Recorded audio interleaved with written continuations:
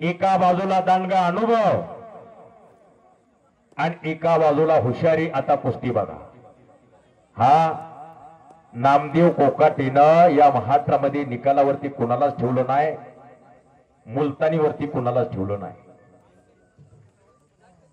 अजय शेळके आणि नामदेव कोकाटेची कुस्ती झाली देशमुखवाडीला राशीनमध्ये।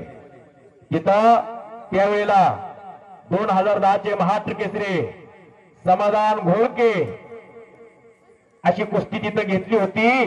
तमाम पब्लिक कुस्ती शौकीनांची गर्दी झाली होती, पण नामदेव कोकाटेची आणि अजय शेळकेची कुस्ती झाल्याच्या नंतर 75% पब्लिक घराकडे निघून गेलं। इतकं प्रेम होतं, एवढं प्रेम दिलं महाराष्ट्राने या पोरातून। त्या गावात भटकंती करायची, कुठंतरी इथून वाडा उचलायचा, त्या गावाला उद्या जायचं, इथं उचललं तर तिथं, उद्या तिथं, नाही तर परवा तिकडं, असं भटकंती करणारा कुटुंबातला पोरगा IPS झाला। प्रयत्न केला तर कुठलीही गोष्ट अशक्य नाही। या भारताचा लोकाभिमुख या देशाचा राजा सुद्धा होता येतं, पण करण्याची ईर्ष्या असावी लागते, मनशी असावी लागते, जिद्द असावी लागते। जिद्द असेल तर काही घडू शकतं, तुम्ही काही करू शकता।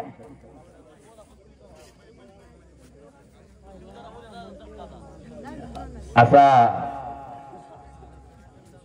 अख्ख्या महाराष्ट्राच्या परिचयाचा पैलवान आहे। कोणाला सांगावं, या पोरांनी आपापली जागा तयार केलेली, त्यांच्या वजन गटात राबलेले, सकाळी पहाटे उठायचं, 10-15 किलोमीटर धावायचं।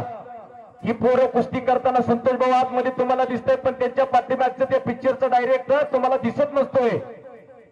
शरद पवार सारखा माणूस, काका पवार सारखा माणूस, सचिन वाघ सारखा माणूस तुम्हाला दिसलेला नाही।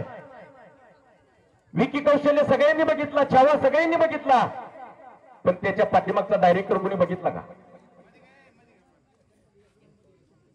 अशी माणसं, ज्या माणसाने घरदार सगळं सोडून आणि शबास संपलेल्या कुस्तीमध्ये तिथंच पाय कट करून कुंडी, तिथं संपलेल्या कुस्तीमध्ये नामदेव कोकाटे प्रेक्षणीय कुस्ती करून विजय झालेला आहे। दोघं